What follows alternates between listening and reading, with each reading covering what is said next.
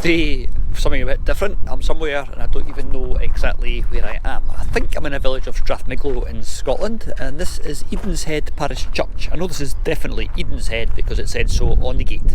Driven past this place quite a lot. I've got no idea how old it is or otherwise. It looks like it might be reasonably old because there's a tabletop tombstone over there, and there is this, which does look TM. Unfortunately, no date. And behind TM is William Billinsford, that says, who died in 1897. So yeah, it is reasonably old. Not saying anything that looks like anciently ancient, but it's not bad. Let's go and see who's against the back wall. That's quite nice. That's got some detailing going on, and the pretty flowers are out. Erected by Robert Pride in loving memory of his wife Jane Ritchie from 1892. And then next in memory of her parents who died at Ballingray in 1874, and then we jump back in time quite a lot. I think we've got the winged face, AR, Memento. That doesn't say Memento Mori, that says MOR, and then there's something else there. It's probably pretty much Memento Mori, but slightly different. That is an hourglass, that is a skull, that is some crossbones, and that, I don't know, it's under the moss. I'm not going to pick the moss off obviously, but yeah, not quite sure what that is. So it's not quite as straightforward as usual. It's not just Memento Mori and an hourglass and but it's got a couple of extra bits. That is really cool. And this one has unfortunately fallen off its perch, and that is in loving memory of Jane Brown, wife of the Reverend Charles Milne of Edenshead, who died in 1881, and of William Brown, their son, who died in 1889, and of the good Reverend himself, minister of Edenshead Church, which is over there, who died at Perth in 1891, 88 years old, and 58 years, the 58th year of his ministry, and also some sons. Oh, this is pretty cool, and it's not exactly new. This is from J760, which is obviously 1760. That's a 1 with a little bit of a flourish. But it's got the sun on it with rays of sunlight. That's a bit like ancient Egyptian as opposed to Christian. There's got a skull at the top with what looks like a little pointy wig. And John, Ireland, and Elizabeth Elizabeth Dubry. But look at this. This is like up and back, so that's like the top of a tabletop tombstone, maybe a vaulted top tombstone. It's been repositioned here. I have no idea. Let's go and have a look at the words.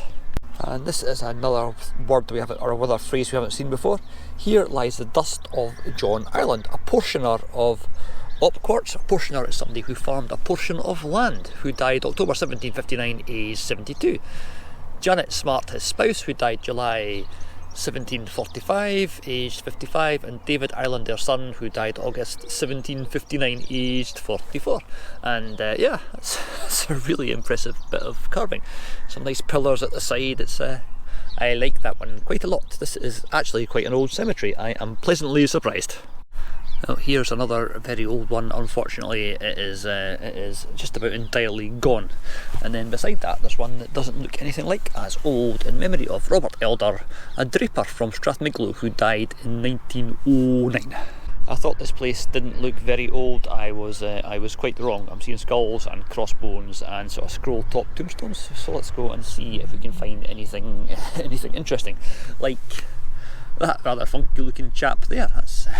That's quite a cool skull at the top of that. Was writing, now all gone. And then there's somebody who has sunk down into the soil. And then there's this, which is quite a big stone, 1832, with a skull at the top. Interesting, the skull is sort of sideways on as opposed to looking straight at us. And this is in memory of Alex Henderson, who was a dyer, which is obviously to do with the fabric trade, which must have been a big thing in these parts. And he died in 1774.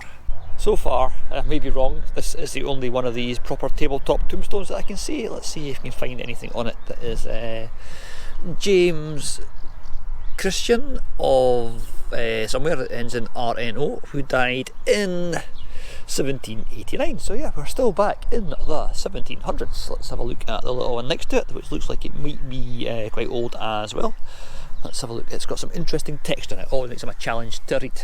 Oh yeah, died 1799. And again, there's that phrase that we saw earlier, buried the dust of. It's amazing how you go to different cemeteries and you get different words and different phrases, because I've never seen buried the dust of anywhere before. This Explorer is another one that could be longer than I thought it was going to be when I first arrived. I did not think this would go back this far.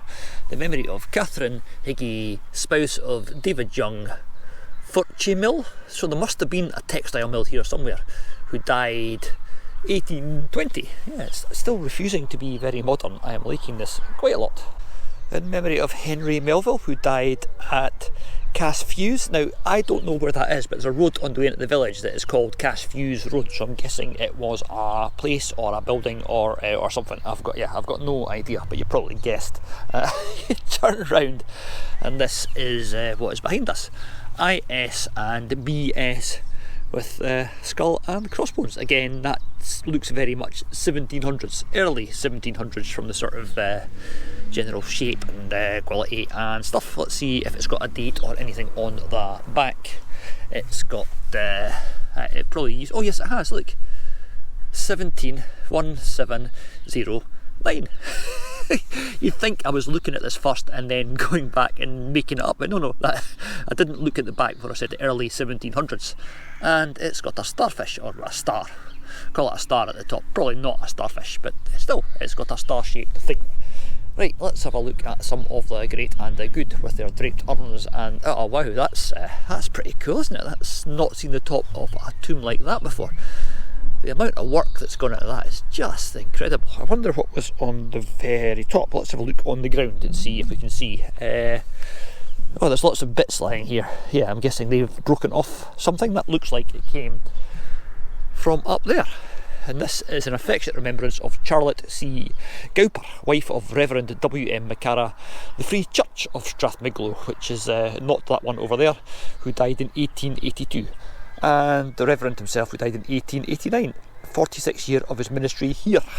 And then we've got this, which looks a bit funky, but it's suffer little children to come unto me, and forbid them not, for of such is the kingdom of God. And that is from the book of Luke. But that bit there, and that bit there, it's a self-assembly tombstone again, because that should be on top of that, which should be on top of that. Erected by the Reverend William McCara, Free Church minister of Strathmiglo, and his spouse, in memory of their children who died in infancy and childhood. Eliza Cowper, who born 11th of May 1846 and died September 1846. Archibald, born 11th of May, twins.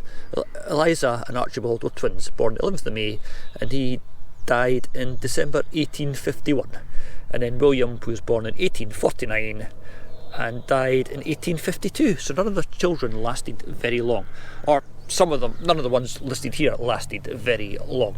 And that says James Thomas, their youngest son, who died at Heaton Chapel.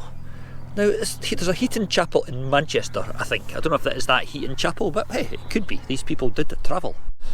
And for our occupation bingo, in loving remembrance of John Smith, a druggist, who died at Strathmiglo in 1895. And this stone was erected by, let's have a look, James Duncan, in memory of his father James Duncan, who died in 1862, and also the first named James Duncan, not to be confused with the second named James Duncan, who died in 1915, as interred at Edinburgh.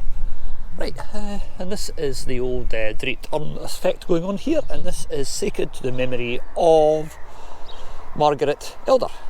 Have we got a date? 1883. But yep, that's pretty cool, and that is a nice big lump of long-lasting granite. Oh, a lot of people have just walked in, so I'll have to stop talking to myself quite as loudly. Erected by Elizabeth Mary Harrower. Oh, Elizabeth Mary Harrower, possibly, in loving memory of her husband David Stoddart of Wester Nether Urquhart. No idea. That's from 1959. And then next to it is that. I don't know what it is. I assume it must be logged somewhere.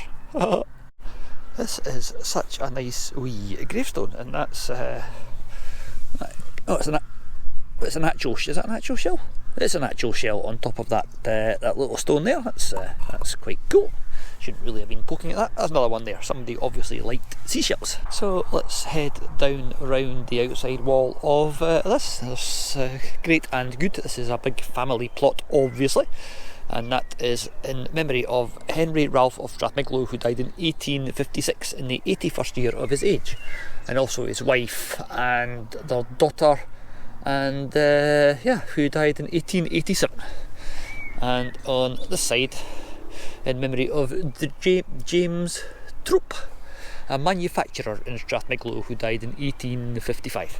Right, let's keep going down here because I'm seeing some quite interesting looking old stuff in this corner we're heading towards now. You always get stones that you can't see because the stone has eroded. This is the first one that we've seen that you can't see because it has rusted. Just a little very sort of understated metal marker there. There is some text on it. You might see it better on the camera than I can see it in real life, but it's it's unusual because there's not another one here like it. And walking down here, there's 1796 here, and there's a very old one over there with SR and IR and IM. Yeah, this is quite an old corner of the graveyard. So let's see, 1796, AR and HJ.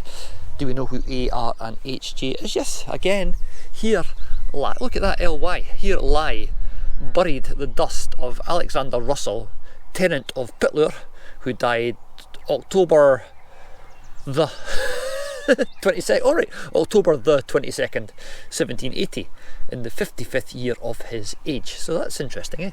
Here lie, LY, not seen that before, and October, TH, and then 2 dots, 22, so it should be 22, anyway, you know what it should be, but that's a bit different. It's always nice to see things a bit different. Oh, and this guy must have been quite important. Brigadier Donald Stewart Middleton, AMS, FRCS, on active service in 1942. I don't know why it is here that things that have been removed are still lying about. Usually they're tidied up or possibly nicked for people's gardens, but this is, has it got a... Oh yes, in memory of Peter Skinner of Strathmiglo, who died in 1883. And up the top there, there's an urn missing, and it is lying around there behind him. So it's been left beside the stone. That's really nice because you can sort of mentally put that on top of that and imagine what a big deal Mr. Skinner was. That's a bit of a shame, isn't it? They've obviously paid a lot of money for this stone because it's all lead insert, but first of all, the piece of marble has fallen out of the front and all the lettering has vanished. And that's from the 1840s. It says George 1847 there. And then I've seen something over here that might have made me go squeak, but we'll keep it for a minute and see if it actually is what I think it is. It's not this one, though. This is SR and IR with an hourglass, which looks... we're heading into a much older part of the graveyard. On the other side there is our old friend the Winged Skull, and oh wow, I was going to show you something over there. Actually, it's a 1600s gravestone and I was all excited, but look at this one. This is also 1680... oh, can I feel what it is there? 1681, I think that is. I think that's a one. So a skull. Yeah, we're back into the 1600s. And I've just looked over my shoulder again, and over there, Henry West Walker, Distinguished Service Order, Colonel in the Royal Horse Artillery, their only son, who died in 1882. No, he wasn't. He was born 1882. He died in 1944.